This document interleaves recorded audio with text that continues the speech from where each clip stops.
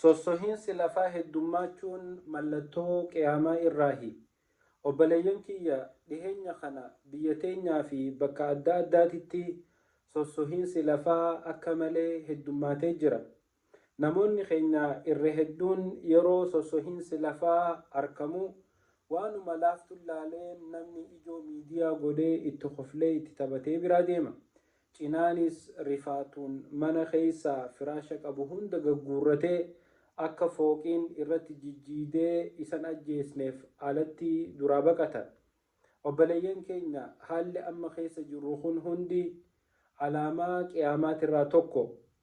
Wantoota zamana kana akkaan heddummaatan keessaafuu kirkirri lafaa takkaanuu sossohiinsi lafaa kuni alaamaa qiyaamaa akka taatee rasuuli rabbii sallallahu alayhi wasallam hadiisa isaanii keessatti nuu himan.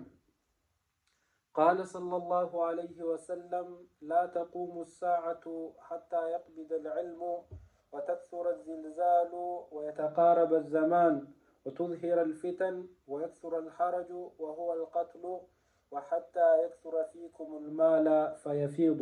رواه البخاري.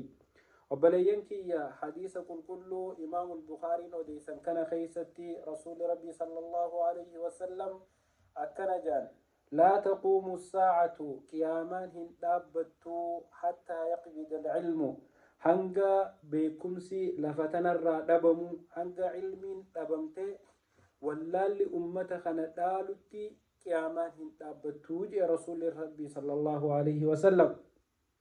وتكثر الزلزال أكسما هنگا سوسوهين سيدكي لفتن الرتي هدوماتتي qiyaamaan hin dhaabbattuu je bakki nuti deemnuuf tana.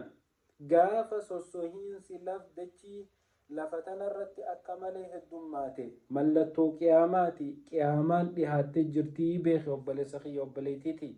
Rabbi subhaanahu wa ta'aalaa mallattoo tanaanii yaadachiisa sii kannu jira. Ati ammoo mallattoo tana arkitee yaadachiisa kanarraa fagaattee jirtamo aboo qiyaamaan dhihaatte haalaan an keessa jiru hamaa sanirraa hin jijjiiramee haala kiyya tolfadhee rabbitti dhihaadhaa jettee ni jirta. If gaafadhu.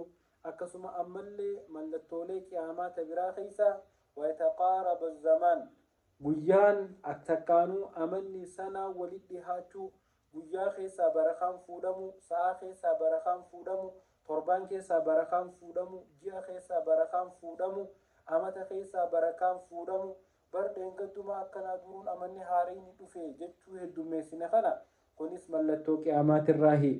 Akkasuma fitnaan lafa tanarratti baay'achuu mumullachuu akkasuma ammallee duuti takkaanuu ajjeechaan lafa tanarratti heddummachuun akkasuma qabeenyi namni walitti qabamu kun namaa kuufame namni hedduun miiliyeenara tiriliyoonara ta'uun tunilleen mallattoo qiyaamaatirraahi jee rasuulli rabbii sallallahu alayhi wasallam.